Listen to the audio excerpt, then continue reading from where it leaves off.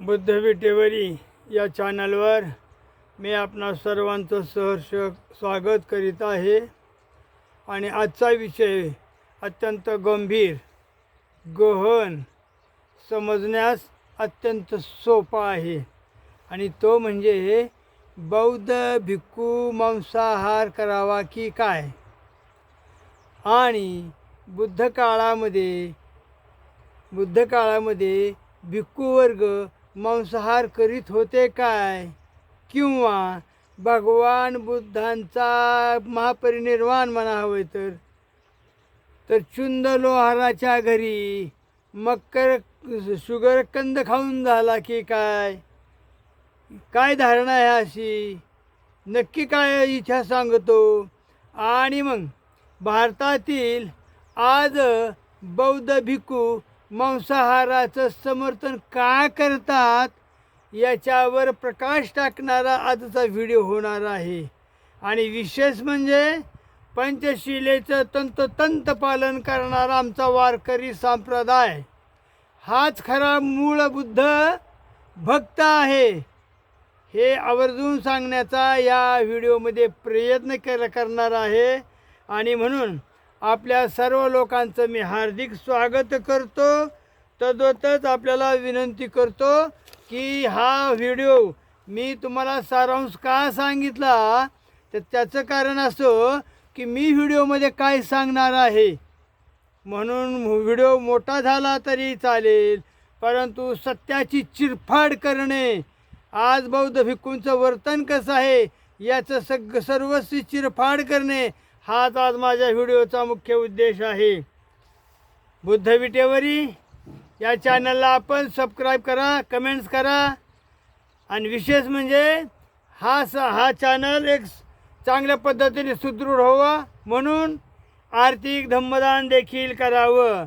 आर्थिक धम्मदान करण्यासाठी या बोर्डवर माझा नंबर आहे 82 65 07 51 आणि आजचे माझे आर्थिक दाते धम्मदानदाते किंवा आर्थिक मदत दाते आहेत आनंद मंदार सोनकांबळे आणि त्यांच्या मातोश्री वत्सलाताई सोनकांबळे यांनी एक पण केलेलं आहे की बा बुद्ध विटेवरी या चॅनलला आपण दरमहा 100 रुपये देत जाऊ धम्मदान म्हणून. मी त्यांचा अत्यंत आभारी आहे. तसेच विशाल चांगदेव गायकवाड साहेब यांना देखील आज धम्मदान दिलेलं आहे. तद्वतच श्री भास्कर सीताराम चुंचेकर यांनी देखील बुद्ध विटेवरी या चॅनलला आर्थिक धम्मदान दिलेलं आहे. माझी विनंती आहे की आपण फुल नाही फुलाची पाकळी म्हणून का होईना 50 100 रुपये काय असतील 100 200 300 550 सुरुवात करा आणि या चॅनलला आपण चांगल्या पद्धतीनं सपोर्ट करा. फुल नाही फुलाची पाकळी आपल्या ऐपतीनुसार आपल्या आर्थिक बजेटनुसार या चॅनलला आर्थिक सहाय्य करावं. आणि आजच्या व्हिडिओला खमंग, जबरदस्त, सनसनीत, ठसठसीत सुरुवात करीत आहे. सुरुवातीला माझा हा व्हिडिओ मंद गतीने चालेल, हळू आवाजात व्यवस्थित येईल, पुन्हा आवाज चढणार आहे. जसा प्रसंग निर्माण होईल तशा पद्धतीचं इथं बोलणं होणार आहे. आणि म्हणून सर्व मायबाप माझ्या प्रेक्षकांना विनंती आहे की त्यांनी संपूर्ण व्हिडिओ पहा. बुद्ध विटेवरी आजचा विषय आहे. समजलाच असेल तुम्हाला आजचा विषय. आणि तो विषय म्हणजे काय की बौद्ध भिक्खू हे मांसाहाराचं सेवन करतात, नव्हे त्याचं समर्थनही करतात, योग्य प्रकारे त्याचं समर्थनही करतात. तर अशा पद्धतीचं समर्थन काय केलं जातं याची देखील कारणे आहेत. आणि म्हणून मायबाप हो, ही कारणं तुम्ही काय करा, तुम्ही व्यवस्थेमध्ये पहा. हे जरा इकडून ऊन आले माझ्याकडं, त्याच्यामुळे या साईडला जरा ऊन लागायला लागले ना का, त्याच्यामुळं थोडंसं जरा प्रकाश नाही, प्रकाश नाही पडला तर चालेल, माझा चेहरा एक नाही दिसला तरी चालेल व्यवस्थित, पण ऐकणं मात्र जरुरी आहे. तर मी माझा हात काढून घेतो. माझा हात मी आता ठेवू शकत नाही, लेवल झालं. हां, तर बाबांनो, बौद्ध भिक्खू जे मांसाहार करतात ना, त्यांचं काय आहे माहिती का, त्यांचं एक तर्कनिष्ठ आणि लंगड समर्थन करत असतात हे आमचे बौद्ध भिक्खू. वास्तविक पाहता बुद्ध विचारापासून ते अत्यंत दूर आहेत, लांब आहेत. कारण बुद्धानं सांगितलेलं आहे की पाणादिपाता वेरमणी शिक्षापदं समादियामि. वास्तविक पाहता हे पंचशील गौतम सिद्धार्थांना आपल्या ज्ञानामध्ये किंवा उपदेशामध्ये का घालावं असं वाटलं, त्याची कारणं आहेत. त्याची कारणं अशी आहेत बाबांनो, की भगवान बुद्धाच्या काळामध्ये यज्ञयागाच्या मार्फत किंवा यज्ञयागामध्ये पूर्वीपासूनच, बुद्धाच्या अगोदरपासूनच, कारण बुद्धाच्या अगोदरच ब्राह्मण होते, सिद्धार्थ गौतमाच्या अगोदर ब्राह्मण होते, वेद होते, शास्त्र पुराणं होती, यज्ञयाग होता, आणि म्हणूनच बुद्धांना वेगळा मार्ग पत्करावा लागला, अहिंसेचा मार्ग धरावा लागला. पण काही वामपंथीय मंडळी सांगतात की बुद्धानंतर ब्राह्मण त्या काळात नव्हतेच, ब्राह्मण होते, अशोकाने ब्राह्मण हा शब्द लिहिलाय. अरे अरे अरे, या लोकांची खरोखर कीव करू वाटते की या समाजाला किती रे फसवताय तुम्ही वामपंथी लोकांनो. हो, खरोखर फसवताय, तुमची फार शुद्ध फसवणूक करतात ही वामपंथी लोक. कारण खरा बुद्ध विचार तुमच्यापासून त्यांनी लपवून ठेवलेला आहे बाळानो. आणि म्हणून पोट तिडकीनं सांगतो की आजचा व्हिडिओ कंप्लीट शुद्ध स्वरूपामध्ये आणि ध्यान देऊन आणि पूर्वग्रह दूषित ग्रह जे असतील तुमचे काय असतील ते सारून सज्ज व्हा हा व्हिडिओ पाहण्यासाठी. म्हणून तुम्हाला सांगतो की बुद्धाने पंचशील काय दिलं. कारण यज्ञयागामध्ये अनेक प्राण्यांचा बळू जात होता. चर्मणवती वेदिका, चर्मानं म्हणजे कातड्यानं रक्तानं लाल झालेली ती सिंधू नदी होती. गंगा, सिंधू, सरस्वतीचं, यमुना वगैरे वगैरे, लांब जात नाही कारण मला दुसरं खूप बोलायचे.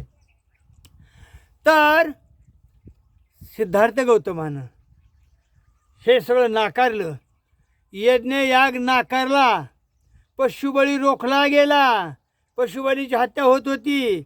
आणि मग आमचा शेतकरी राजा गाई गुरांपासून, दुधापासून वंचित राहू लागला. शेतकऱ्यांनी शेती कशी करायची, अहो बैल जर रोजच त्या यज्ञामध्ये कापू लागले बैल, तर मग आमच्या शेतीने काय करायचं, हा प्रश्न सिद्धार्थ गौतमाला पडलेला आहे. मी बुद्ध हा शब्द नंतर वापरीन, सुरुवातीला मी सिद्धार्थ गौतमच शब्द वापरणार आहे. कारण सिद्धार्थ गौतमाने बुद्धत्व प्राप्त केलं. जसे अनेक बुद्धत्व आहेत, पंढरीचा पांडुरंग देखील बुद्ध आहे, परंतु तो सिद्धार्थ गौतम नव्हे. हे जरा डोळे ठेवून, उघडे ठेवून, कान ठेवून ऐका. पंढरीचा पांडुरंग बोधिसत्व अवलोकितेश्वर भगवान बुद्ध आहेत, परंतु सिद्धार्थ गौतम नव्हेत. आणखी ठासून सांगतो हो. आणि मला सांगा बाबांनो, अशा पद्धतीनं पाणादिपाता वेरमणी शिक्षापदं समादियामि. मी प्राणी हिंसा करणार नाही, प्राणी मात्रावर मी प्रेम करीन. काय सांगितलं बुद्धानं, तर त्याचा अर्थ असा की मांसाहार बंद झाला पाहिजे, कत्तलीखाने बंद झाले पाहिजेत, प्राणी हत्या रोखली गेली पाहिजे. मग अशा पद्धतीनं या विचाराचा खूप मोठा प्रभाव आणि प्रसार झाला, खूप मोठा झाला. बुद्ध कालानंतर त्याच्यामध्ये बुद्धत्वाचा प्रचार बाहेरच्या देशात झाला. अनेक बालंडा आले आपल्या बौद्ध धर्मावर. अगदी परकीय आक्रमण का आलं, कसं आलं, तिथून मग वेगवेगळे विचार कसे आले, भारतातील बौद्ध धर्म लोपला नाही तर तो कन्व्हर्टेड इंटू हिंदूमध्ये कसा झाला. अनेक आहे, माझ्याकडं भरपूर मटेरियल बोलणार आहे. परंतु जो भारताच्या बाहेर आमचा बौद्ध धर्म गेला, त्या धर्मामध्ये चीनचे विचार की जे मुळातच मांसाहारी आहेत ते. तसंच ते तिबेट म्हणा, जपान म्हणा, शिलोन म्हणा, श्रीलंकामध्येच म्हणा, तर अशा ह्या ज्यांना कसलीही संस्कृती नव्हती त्या ठिकाणी हा बुद्ध धर्म गेला, त्या ठिकाणी हा बुद्ध धर्म पोहोचला केला. परंतु त्यांनी आपलं मूळ धर्म त्याच्यामध्ये ॲड करून तोच धर्म आणि तेच लिखाण परत भारतामध्ये आलं गेलं. तुम्हाला माहिती आहे, त्रिपिटिका हे केवळ मौखिक स्वरूपामध्ये होती आणि ती त्रिपिटिका कुठं लिहिली तर श्रीलंकेला लिहिली. काल तुम्हाला मी सांगितलं कधी लिहिली वगैरे ते. तद्वतच तेच त्रिपिटिका श्रीलंकेवरून भारतातील बौद्ध भिक्खूंनी आणली आणि त्या सिंहली तिचं भाषांतर, पालीचं भाषांतर सिंहलीमध्ये झालं. सिंहलीचं भाषांतर आता प्रत्येक देशाने वेगवेगळी आहे. तिबेटची तिबेटियन भाषा असेल, चीनची भाषा असेल, चिनी भाषा असेल, तर वेगवेगळं साहित्य कालांतरानं भारतात येऊ लागलं. मात्र ते साहित्य शुद्ध स्वरूपाचं आणि बुद्धत्वाचं नव्हतंच, कारण त्यांनी आपलेही विचार त्याच्यामध्ये घुसडलेले होते. पैकी मांसाहार हाही तोच विचार आहे. मुळात मांसाहार हा बुद्धाचा विचार अजिबात नाही. आज जर तुम्ही चीनमध्ये गेलात, चीनमध्ये काय खाल्लं जातं तुम्हाला माहीत आहे ना. अहो, त्यांना विचू पुरत नाहीत, साप पुरत नाहीत, मेंढकं पुरत नाहीत, काय खाणार आहेत काय रे. नाव नको घ्यायला असे ते घाण. आता घाण त्यांना घाण नसेल, पण आपल्या दृष्टिकोनातून एक विचित्र प्राणी देखील खातात. फक्त लाकडं दगड खात नाही ती हे बाहेरचे लोक. परंतु मग त्यांनी काय केलं, त्यांनी फार मोठी चूक केली. कारण त्यांनी अशी चूक केली की आमच्या बौद्ध धर्मामध्ये, शुद्ध बुद्धाच्या धर्मामध्ये त्यांनी आपले विचार घुसडले आणि भारतावर लादले किंवा भारतावर आणले. आता इकडं आणल्यानंतर काय झालं, मग त्यांची ती सवय लागली ना, ते लोक समर्थन करू लागले. त्यांनी काय लिहिलं वाक्य, अहो त्रिपिटिकेमध्ये बुद्धाने सांगितलेलं आहे. आणि मग बुद्धावर गौतमावर लांछन लागायला सुरुवात केली. कारण सिद्धार्थ गौतम आपल्या वयाच्या 80व्या वर्षी पावापुरी येथे चुंदलोहाराच्या घरी ज्यावेळी मुक्काम होता, त्या मुक्कामामध्ये चुंदलोहारानं, लक्षात आलं की तुमच्या, चुंदलोहारानं सुकर मद्दव कंद नाव लिहून घ्या. सुकर मकर मद्दव कंद ह्या म्हणजे ही वनस्पती म्हणजे काय आहे की जमिनीच्या खाली उगवणारा कंद असतो. अनेक कंद असतात, काही विषारी असतात बरं का, लक्षात घ्या तुम्ही. आणि त्या जंगलामध्ये प्रामुख्याने आपल्या आदिवासी बांधवांना हे सगळं माहिती आहे. एका आदिवासी बांधवाकडून ही माहिती घेतली मी, आणि मी स्वतः पाहिलेला शुकरमध्यव कंद कसा असतो तो. तुम्हाला माहिती आहे का, आपल्या बाजारामध्ये कधी कधी रामफळ आपले काय ते एक असं लाल असतं बघा, त्या कापून आपल्या काप दिला जातो. ते रामाचं नाव घेऊन रामकंद, कंदमूळ, काय ते कंदमूळ आहे. तशाच पद्धती हेही कंदमूळ आहे. आम्ही लहानपणी खात होतो, 4 आण्याला 1 खाप मिळायची. आणि ते आदिवासी लोक असे घेऊन यायचे, त्याला लाल कलर भगवा कलर लावलेला असायचा, आणि ते कापून अत्यंत गोड कंद. कंद म्हणजे काय की जमिनीच्या खाली उगवत होतो कंद. आता आम्ही रानातले लोक इथं, तर आम्हाला भरपूर कंद इथे सापडतात, कसलेही काही उगवतं ना खाली याच्यामध्ये. ते काटेरी झुडपं असतात, दात वगैरे स्वच्छ करण्यासाठी किंवा कडे पाडण्यासाठी अनेकही तिथं मुळ्या फिळ्या भरपूर असतात, आम्हाला इथं सापडतात. तर तो एक बटाट्याचा प्रकार आहे. रताळे बटाटे कसे जमिनीच्या खाली येतात, तसं हे मकर सुकर मदव कंद हे त्याचं नाव आहे, लक्षात. आणि मग याची भाजी खाल्ली त्यांनी. आपण कशी बटाट्याची भाजी खातो तद्वतच. तर त्या भाजीमुळे काय झालं की भगवान बुद्धाचं वय किती होतं 80, हे लक्षात घ्या अगोदर, म्हणजे अत्यंत वृद्ध अवस्था. आणि विशेष म्हणजे त्यांना फिरण्यासाठी मोठे मोठे बैलगा असे रथ, विमानं, एस टी बस वगैरे काय नव्हतं. पायी प्रवास केला भगवान बुद्धानं. 45 वर्ष आपल्या धम्माचा प्रचार आणि प्रसार केला. पण आमच्या बौद्ध धम्माला डाग लावण्याचं काम मात्र चीनसारख्या देशानं आपल्या देशात विचार घुसळून आणि बुद्धांना एक लांछन देऊन आमच्या ग्रंथामध्ये सरमिसळ केलेली आहे. जरा डोळे उघडे ठेवा आणि आपल्याही ग्रंथाचे जरा परीक्षण करून पाहत जा, म्हणजे तुमच्या लक्षात येईल ही गोष्ट. आणि मग आम्ही काय केलं, तो ग्रंथ परत आणले, त्याचा आपण इकडं काय केलं, पुन्हा हिंदीमध्ये वगैरे वगैरे भाषांतर केलं. आणि त्याच्यामध्ये जे शुकरकंद आहे त्याला सुवर हा शब्द जोडला गेला. आणि मग आमचे बौद्ध भिक्खू, म्हणजे इकडं आल्यानंतर, मी बाबासाहेबांच्या नंतरची गोष्ट, आधीची गोष्ट बोलतोय मी. मग कोण होतं, तर तुम्ही जर पाहिलं बुद्धगयाला, लुंबिनीच्या बाजूला, कुशीनगरच्या बाजूला सगळे ते इतकी दाढी, इतक्याला बिश्या अशा, ते चीनी लोक, जपानी लोक, जपानीज वगैरे, आणि ते त्यांचं तिथं त्यांचे तिथं मठं वगैरे काय असेल ते तिथं आहेत. मी पाहिले त्यांना, मी राहिलो त्यांच्या तिथं सुद्धा. मग यांचे विचार आमच्या धम्मामध्ये घुसले गेले. हे कधी झाले माहिती आहे का, आमचा महायान पंथ वेगळा झाल्यानंतर. कारण महायान पंथामधूनच पुन्हा नाथपंथ, वारकरी संप्रदाय, भागवत संप्रदाय, अनेक पंथ निर्माण झालेले आहेत. कुठं, महायान पंथामधून आणि वज्रयान पंथामधून शुद्ध स्वरूपाचे ते राहिलेले आहेत, हे लक्षात घ्या. परंतु मग या लोकांनी काय केलं, ते तिकडंच खाणं ह्यांना इकडे खाऊ लागले. हो, अक्षरशः बुद्धगयाला पाहिलं, ही लोक तिथंही खाऊ लागले, असे मांसाहार करू लागले आणि ठोकून द्यायला लागले. काय, अहो त्रिपिटकेमध्ये बुद्धाने सांगितलेलं आहे आणि खुद्द सिद्धार्थ गौतमाने देखील मांसाहार केलेला आहे. मग खा किती बी. मग त्याचं समर्थन कसं केलं माहिती आहे का, समर्थन, आपल्याला जर आमच्यासाठी तो प्राणी मारला हे माहीत नसेल तर खायला काय हरकत आहे. अरे तुझ्या जिभीचं झालं कोळस. काय लका हो तुमचे विचार, म्हणे काय, तर तुमच्यासाठी जर केवळ तो प्राणी मारला गेला असेल तर त्याचं खाऊ नका.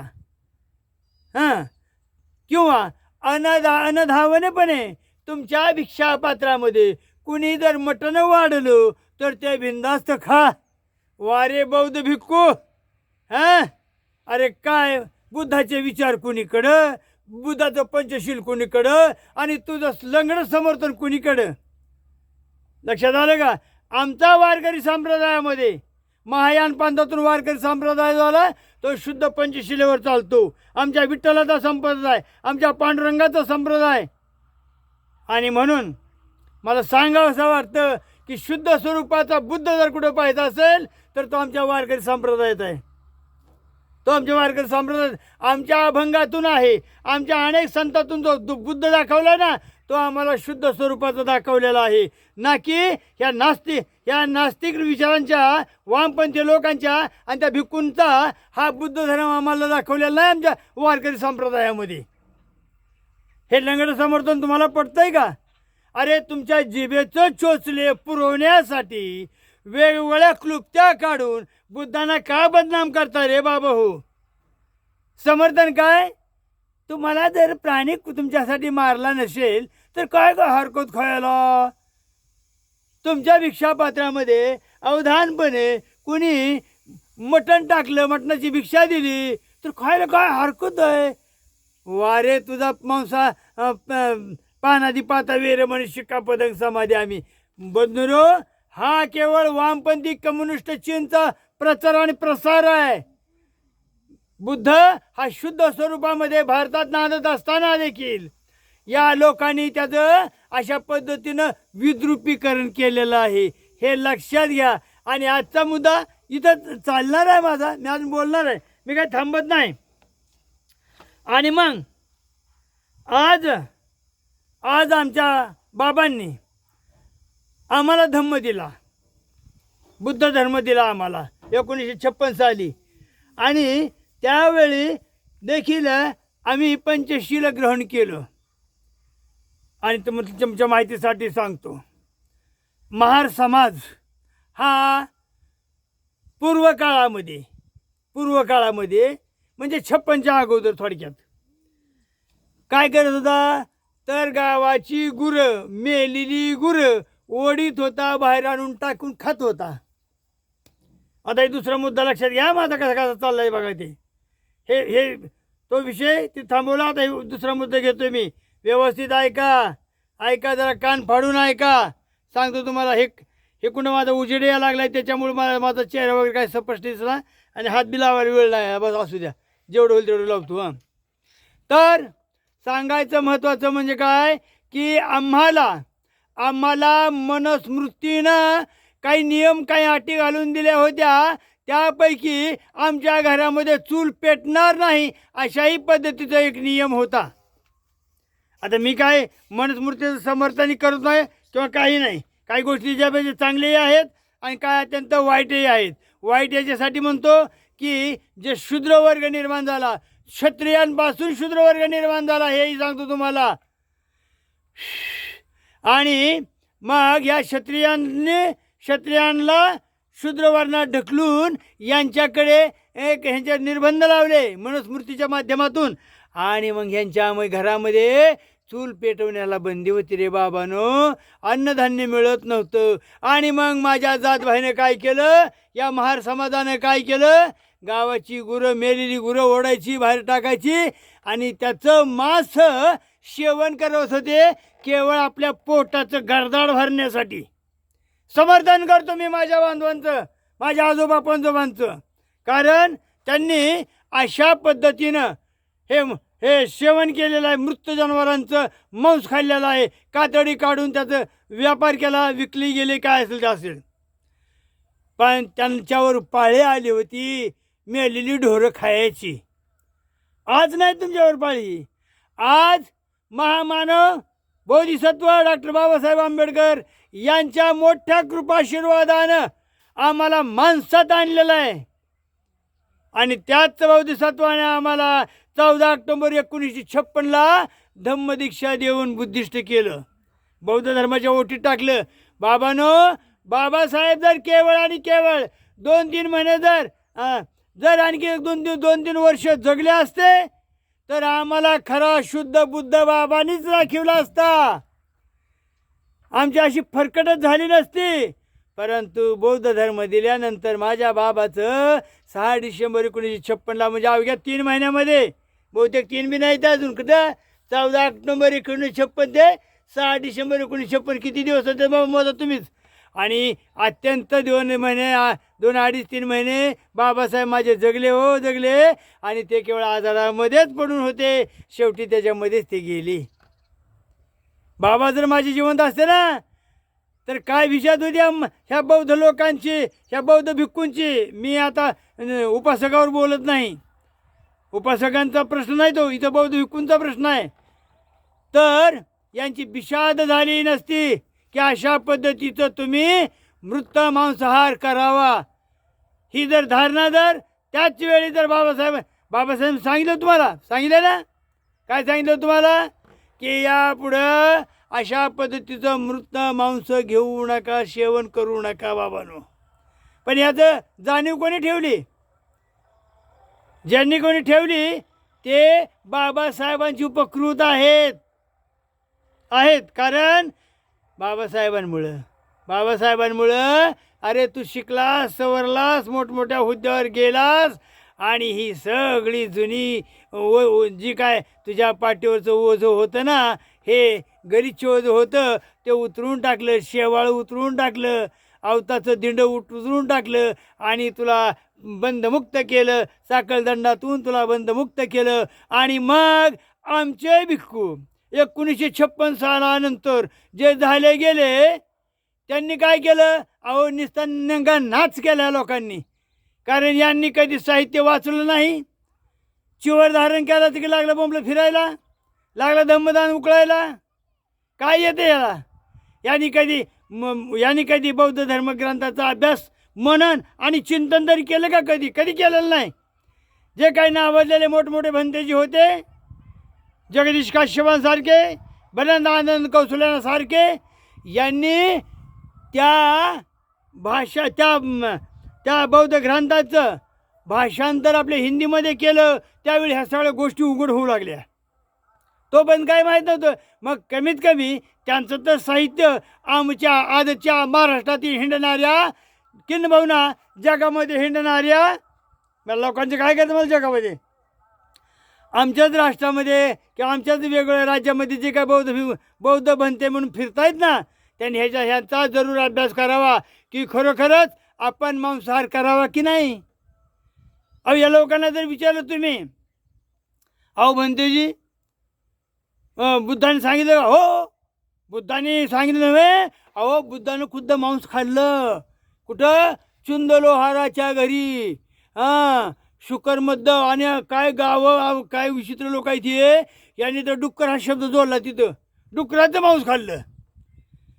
किती विचित्र वाटतं. अहो एवढ्या मोठ्या महान भगवान बुद्धाला, तथागत सिद्धार्थाला बदनाम करणारी ही कम्युनिस्टेड माइंडेड, ज्याला आपण म्हणतो काय, आणखी दुसरा वामपंथीय विचारांचे जे मिश्रण झालं चीनमध्ये येऊन इथं, त्याचा प्रचार आणि दुष्प्रचार करतात आणि वरून मांसाहाराचं लंगडं समर्थन करण्यासाठी भगवान बुद्धाची 100% बदनामी करतात, असा माझा जाहीर आरोप आहे. कारण बुद्ध साहित्य मी स्वतः वाचलेलं आहे. पाली मी स्वतः जाणतो, लिहितो, बोलतो आणि म्हणून ठासून बी बोलतो. पण आता पाली शिकवणं मी बंद केलेलं आहे. कारण काल तुम्हाला सांगितलं की इथून पुढे मी ते व्हिडिओ करणार नाहीत. तद्वतच मग आज आमचा जो वारकरी संप्रदाय आहे तो शुद्ध स्वरूपाचा बुद्ध दाखवतोय तुम्हाला. आणि तोच मी माझ्या अभंगातून, माझ्या संतांच्या अभंगातून तुम्हाला मी दाखवण्यासाठीच बुद्ध विटेवरी हे चॅनल ओपन केलेलं आहे. काही लोक म्हणतात मला, अहो बुद्ध विटेवरी, एवढा मोठा पांडुरंग विटेवरी, एवढा मोठा विठ्ठल विटेवरी असताना बुद्ध विटेवरी हा शब्द माझा नाही रे बाबा, हा शब्द नामदेव महाराजांचा आहे. हो, आणि म्हणून माझी एक नम्र विनंती आहे की पंढरीच्या पांडुरंगाला जात असताना तरी कमीत कमी मांसाहार करून जाऊ नका. आज पंढरीच्या पांडुरंगाला आमचा बुद्ध आहे म्हणून तिथं धम्म सहली काढल्या जातात. परंतु ते तिथं जात असताना अवश्य बुद्ध सांगा, परंतु केवळ आणि केवळ मांसाहार सोडा. कारण पांडुरंगाचं माझं हेच म्हणणं आहे, तथागत भगवान बुद्धाचं माझं हेच म्हणणं आहे, सिद्धार्थ गौतमाचं हेच आहे की प्राणी मात्रावर दया करा, मांस मच्छर खाऊ नका. लक्षात आलं का? मादक द्रव्य पेय पिऊ नका, कुणाची लांडी लबाडी चोरी चहाडी करू नका. दुसरं काय सांगितले? आणि मानवजातीवर प्राण्यावर प्रेम करा, एवढं बुद्धानं सांगितलंय. परंतु राग याचा येतो की आमच्या शुद्ध बुद्धामध्ये चिनी विचार घोसळून ते आजही प्रचारित आणि प्रसारित केलेले आमचे धम्मगुरू म्हणतो आम्ही ज्याला, किंवा बौद्ध गुरु आहेत, ते आजही मांसाहाराचं समर्थन करतात. याला मी जाहीर निषेध करतो आणि या ठिकाणी सांगतो बंधूंनो, याच्या पुढे माझे पाली लिपी, पाली भाषा, पाली व्याकरण याच्यावर एकही व्हिडिओ मी आता करणार नाही. तर याच्या पुढे मी वारकरी संप्रदायातून बुद्ध तुम्हाला दाखवणार आहे. आणि खरोखरच कशा पद्धतीनं आमच्या साहित्यामध्ये, आमच्या बुद्ध धम्मामध्ये वामपंथीयांनी घुसखोरी केलेली आहे, त्याचं समर्थन आमच्या आजचे भिक्खू का करतात, कशासाठी करतात, आणि विचारवंतही देखील करतात. कारण ते सांगतात ना, बुद्धाच्या अगोदर वेद नव्हते, बुद्धाच्या अगोदर ब्राह्मण नव्हता, बुद्धाच्या अगोदर रामायण नव्हतं, बुद्धाच्या अगोदर महाभारत नव्हतं, बुद्धानंतर सगळं निर्माण झालं. इतके वामपंथी विचार तुमच्या डोक्यात भिनलेत ना बाबांनो, की अक्षरशः तुम्हाला गुमराह केलंय. तुम्हाला बुद्धाचं सांगू देत नाही, ते तुम्हाला बाबासाहेबही कळू देत नाही. ते त्यांचे पेईंग लेक्चरर आहेत की जे करून ते तुम्हाला बडगवतात. जय भीम. इथंच थांबतो. सब्ब पाप सकरणं कुशल उपसंपदा सचित्त बरियोदपणं एथं बुद्धान सहस्रं. नमो बुद्धाय. जय भीम. जय भीम. जय भीम.